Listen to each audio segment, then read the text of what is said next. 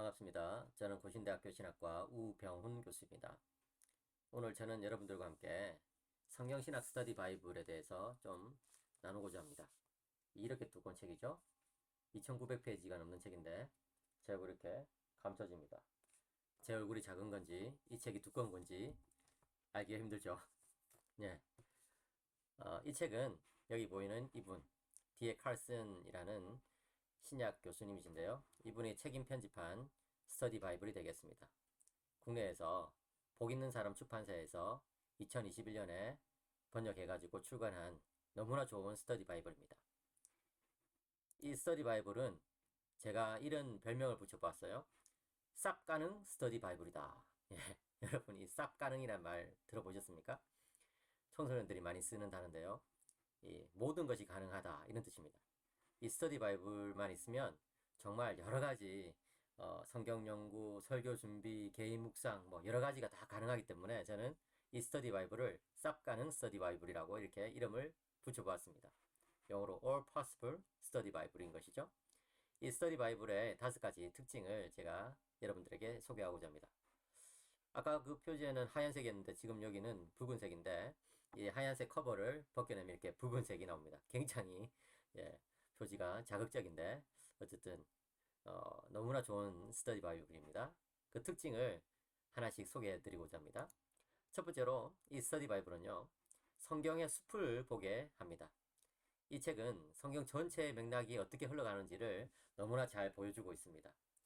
예를 들어서 구약 같으면 모세오경 개론, 역사서 개론, 시가서와 지혜서 개론, 또 예언서 개론 이렇게 성경의 큰 묶음들을 이제 모아가지고 개론들을 제시하고 있습니다. 그래서 그것을 먼저 읽으면 성경 전체의 흐름이 어떻게 되는구나. 성경의 숲을 볼 수 있는 그런 이제 기회를 갖게 되는 것이죠. 또 신약 같으면 복음서와 사도행전 개론, 또 서신서와 요한계시록 개론 이렇게 해가지고 이 신약의 흐름이 어떻게 되는지를 또 한눈에 알 수 있도록 해줍니다. 각 권별로 제시된 개론도 매우 훌륭한데요. 각 권별로 예를 들어서 창세기 같으면 이 창세기의 목적, 배경, 저자, 또 구조, 핵심 메시지 그리고 이 개요가 제시되고 있습니다. 특별히 여러분 성경을 우리가 이해할 때에 정말 중요한 것이 전체의 그 흐름을 보는 것이에요. 숲을 보는 것이죠. 그죠? 예. 그런데 이 성경신학 스터디 바이블은 성경 전체의 숲을 보여주는 그런 놀라운 장점이 있습니다. 저는 이 스터디 바이블을 매일 읽으면서 야, 성경 연구가 정말 재밌구나 하는 것을 다시금 느끼게 되었습니다. 여러분들도 그런 재미를 한번 느껴보시면 좋겠어요. 그 다음에 둘째로 이 성경신학 스터디 바이블은 말 그대로 성경신학적 흐름 속에서 성경을 입체적으로 읽을 수 있도록 도와줍니다. 여러분 성경신학이란 무엇일까요? 아까 제가 사진으로 보여드렸던 그 D.A. 칼슨이라는 이분이 쓴 조직신학과 성서신학이라는 글이 있습니다. 네, RBP 성경신학사전에서 나오는 글인데요. 그 글을 중심으로 제가 성경신학의 정의를 한번 3가지로 내려보았습니다. 성경신학이란 전체 성경에 대한 기납적인 연구로서 성경의 모든 본문이 함께 어우러져 나타내는 통일적인 주제를 다루는 그런 신학이라고 할 수 있습니다. 오늘날 많은 성경학자들은 성경을 파편적으로 이해하는 것 같아요. 그런데 그런 흐름을 거슬러서 성경신학이란 것은 성경 전체를 이제 통일성 있게 보려고 하는 그런 움직임이라고 할 수 있는 것이죠. 그 다음에 또 성경신학이란 것은 성경 전체에 담긴 창조와 구속의 역사 가운데 나타나는 하나님의 본성, 의지, 계획 이런 것에 대해서 설명하고 있는 것이 바로 성경신학이라고 할 수 있습니다.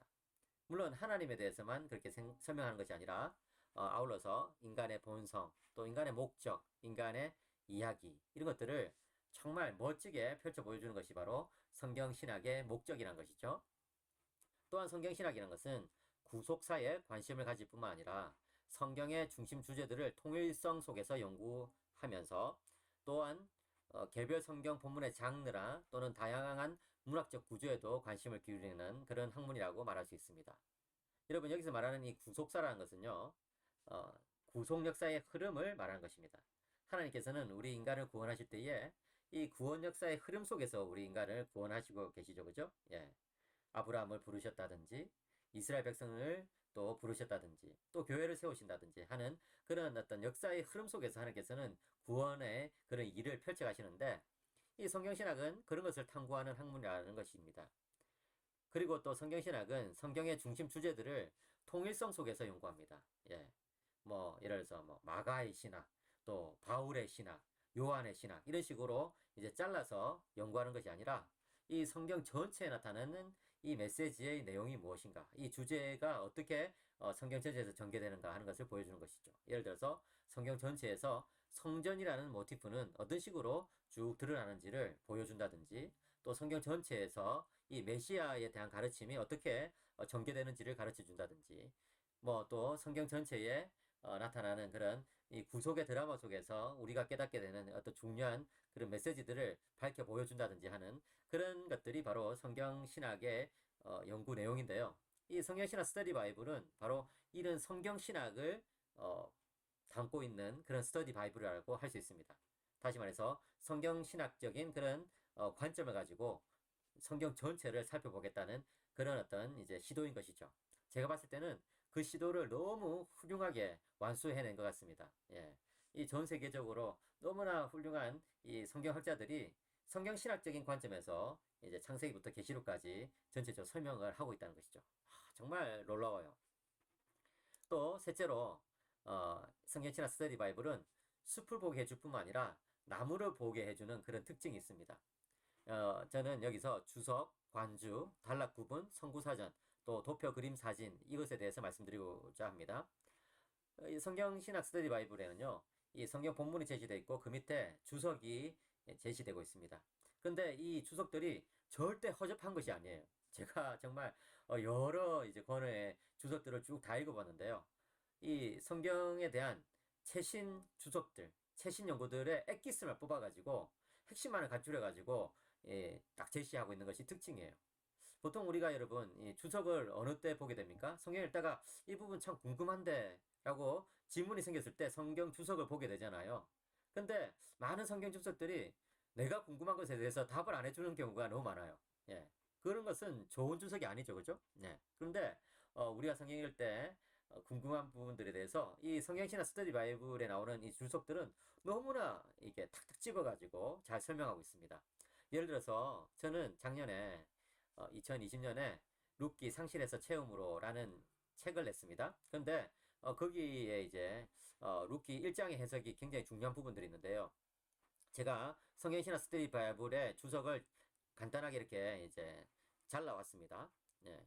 룻기 1장 2절에 보시면 엘리멜렉의 뜻, 또 나오미의 뜻, 말론, 기론 이런 이제 엘리멜렉 가족들의 이름의 뜻을 이제 제시하고 있는데 이런 뜻이 다 하나씩 의미가 있거든요. 예, 그런 것에 대해서 간단하게 설명을 해주고 있습니다.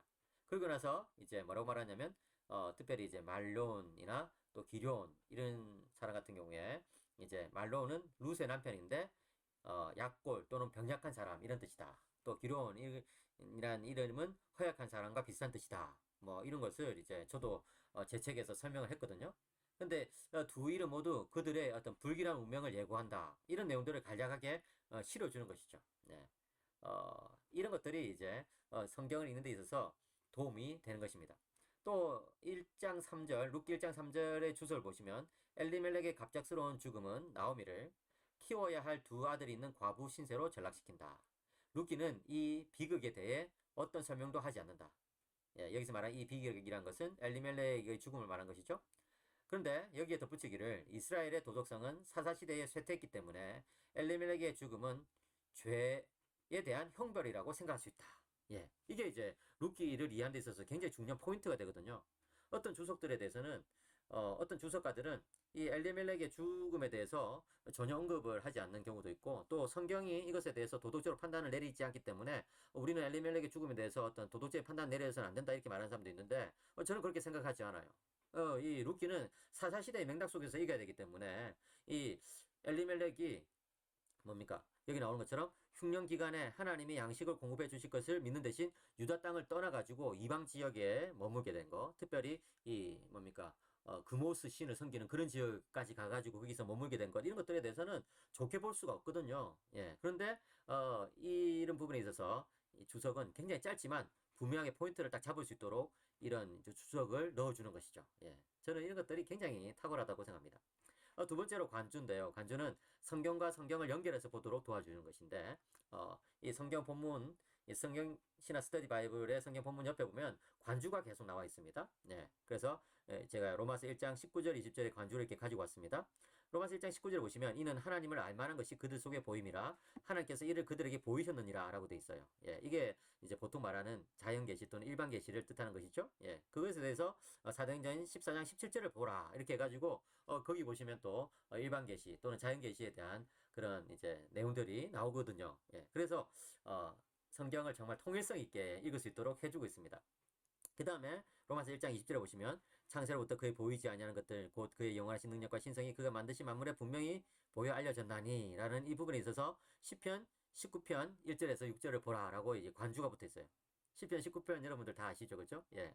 그 자연 계시와 또 하나님의 말씀의 계시 이 두 가지를 시편 19편에서 굉장히 아름답게 붙여놓고 있지 않습니까? 네. 그런 것에 대해서 관주를 딱 보여줘가지고 성경을 성경으로 해석할 수 있도록 도와주는 것입니다. 예. 여러분 이 성경을 제일 잘 이해하는 방법은 성경을 성경으로 해석하는 거예요. 예. 이것이 바로 예수님께서 성경을 이해하신 방법이었고 사도들이 성경을 이해하는 방법이었고 또 이 교부들이 성경을 이해하는 방법이었고 종교개혁자들이 성경을 이해하는 방법이었죠. 그런데 이 성경 비평이 과도하게 들어오는 바람에 성경을 막 이게 조각내는 것이 오늘날 참이 그 성경학계의 참 문제라고 저는 생각하는데 이런 관주를 잘 활용하면 우리는 성경을 통일성 있게 읽을 수 있게 되는 것이죠. 그 다음에 또 성경신화 스터디 바이블은 단락 구분을 굉장히 잘 해놨습니다. 그래서 어디에서 끊어 읽어야 되는지를 잘 보여줘가지고 성경 각 단락의 중심 주제를 파악하는 데 도움을 주는 것이죠. 여러분, 이 아타나시우스라는 사람은요, 성경을 이해하는 데 있어서 어디서 이렇게 끊어 있느냐, 이것이 굉장히 중요하다고 말한 바가 있습니다. 그것에 대해서 아타나시우스는 스코포스라는 말을 붙였는데요. 이 스코포스라는 것이 이제 목적, 그 다음에 어떤 관점, 여러 가지 의미가 있는데, 성경을 이해하는 데 있어서 중요한 그런 어떤 키워드가 되는 것입니다. 그런데 이 스코포스를 올바르게 잡기 위해서는 어디서부터 어떤 곳까지 단락을 끊어 읽어야 되는지가 굉장히 중요한데 이 성경신화 스터디 바이블은 그런 것을 굉장히 잘 이제 끊어놨던 것을 우리는 볼 수가 있는 것이죠. 예, 그렇게 해가지고 성경의 중심 주제들을 단락별로 쭉 이제 이어가면서 이해하는데 큰 유익이 이제 있도록 해주는 것입니다. 그 다음에 또 성구사전인데요. 이 책의 제일 마지막 부분에 보시면 성구사전이 나옵니다. 이 성구사전은 한 단어의 의미가 성경 전체에 걸쳐서 어떻게 다양하게 사용되는지를 보여주는데 핵심을 딱 뽑아가지고 보여줍니다. 예를 들어서 이 생수라는 이 단어에 대해서 찾아보시면은 예레미야 2장 13절 생수의 근원이 되는 나를 버린 것과 점점점 그 다음 스가랴 14장 8절 생수가 예루살렘에서 솟아나서 점점점 요한복음 4장 10절 그가 생수를 내게 주었으리라 또 요한복음 7장 38절 그 배에서 생수의 강이 점점점 이러면서 이 생수라는 단어가 사용된 구약 성경과 신약 성경의 아주 중요한 부분들을 뽑아가지고 대표적으로 보여줘가지고 이 생수라는 것이 가지고 있는 그런 문학적인 의미, 또 상징적인 의미, 그리고 또 문자적인 의미, 이런 것들을 이제 우리들이 쉽게 파악할 수 있도록 해주고 있는 것이죠. 그래서 성구사전을 잘 활용하면 또 이 한 단어 또는 개념을 성경신학적으로 파악하는 데 굉장히 도움이 되는 거거든요. 예, 그것을 이 책은 도와준다는 것입니다. 그 다음에 그 외에 도표나 그림이나 사진들도요. 이 성경에 아주 필수적인 것들을 이렇게 담아놓은 것을 볼 수 있습니다. 그냥 뭐 아무 그림이나 갖다 붙여놓은 것이 아니고 굉장히 참 신경을 많이 써가지고 이런 도표, 그림, 사진 하나하나를 그렇게 구성한 것을 볼 수 있는데 예를 들어서 이 누가복음 22장에 대한 이제 그 그림과 도표를 보십시오. 예, 이 고난주간이 어떻게 진행되는지에 대해서 이제 보여주고 있는데요.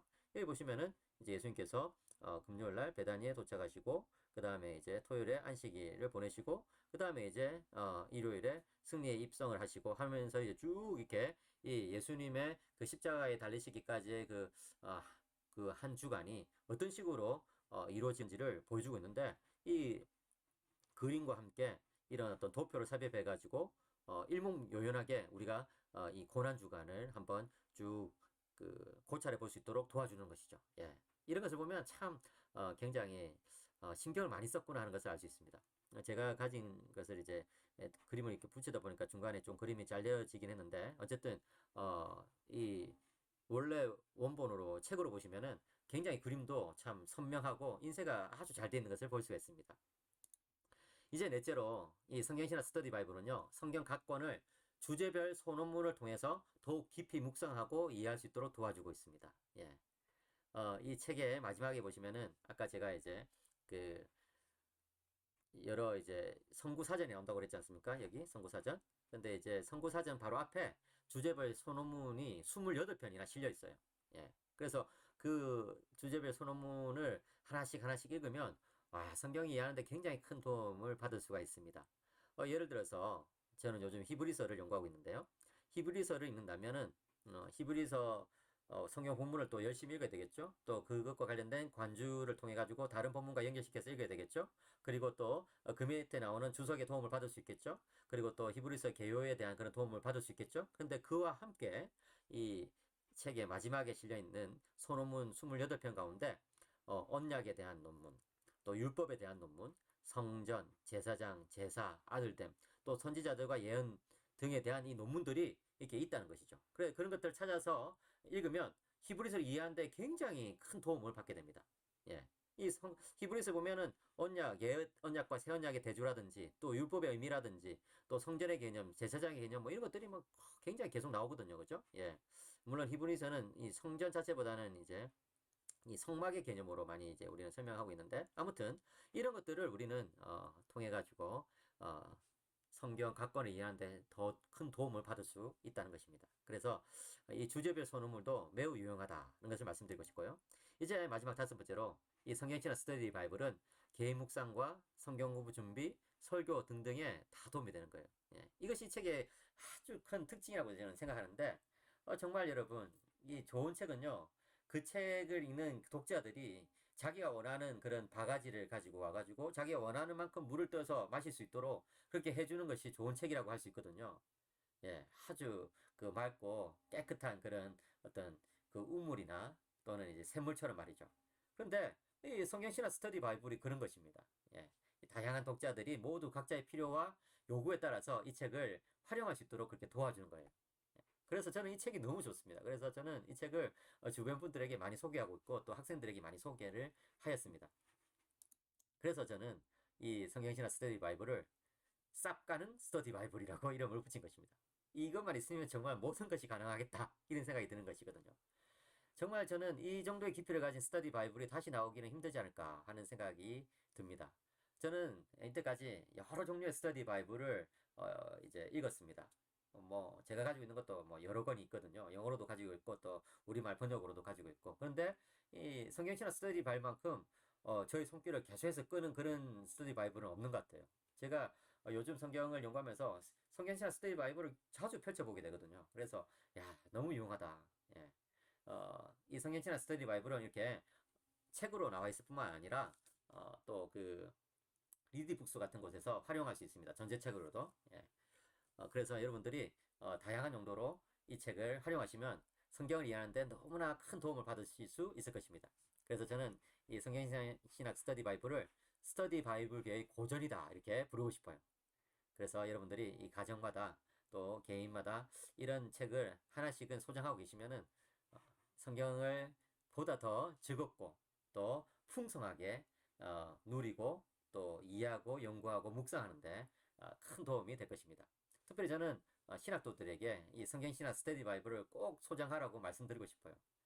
여러분들이 방학 같은데 이 성경신학 스터디 바이블을 이렇게 만져보고 저렇게 만져보고 하면서 한번 깊이 이 말씀의 세계에 한번 빠져보세요. 그러면 야 정말 하나님의 말씀의 그 풍성함이 이토록 놀라운 것이구나 하는 것을 깨닫게 되실 것입니다.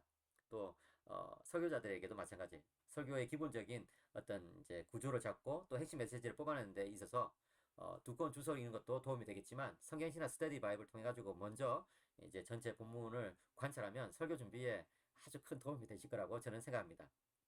저도 역시 이 설교 준비에 있어서 성경신학 스터디 바이블의 도움을 많이 받고 있습니다. 예. 여러분 어떠신가요? 성경신학 스터디 바이블 꼭 한번 여러분들이 읽고 그 유익을 누려보시기를 권면합니다. 감사합니다.